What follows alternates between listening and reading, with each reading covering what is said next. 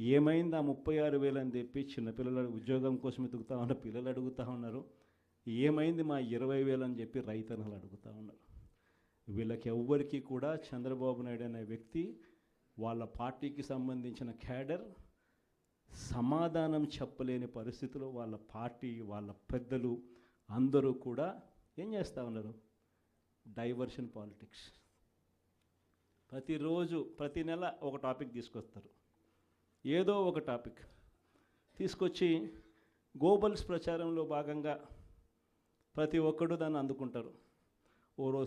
ఓసారి తిరుపతి లడ్డు అంటారు, ఇంకొకసారి జూన్లో ఋషికొండ భవనాలు అన్నారు, జూలైలో శ్వేతపత్రాలు మదనపల్లి ఫైల్స్ అన్నారు, ఆగస్టులో ముంబై నటి నా పేరేం పేరు కాదాంబరి అన్నాడు, సెప్టెంబర్లో ప్రకాశం బ్యారేజీని బోట్లతో ఢీకొట్టి గేట్లను పడగొట్టాలని చెప్పి మనం ప్లాన్ చేసినామని అంటాడు.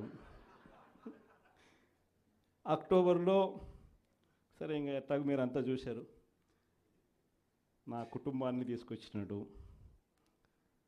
నవంబర్కి వచ్చేసరికి బడ్జెట్పై దృష్టి మళ్లించడానికి 14 లక్షల కోట్ల అప్పులు అని చెప్పి,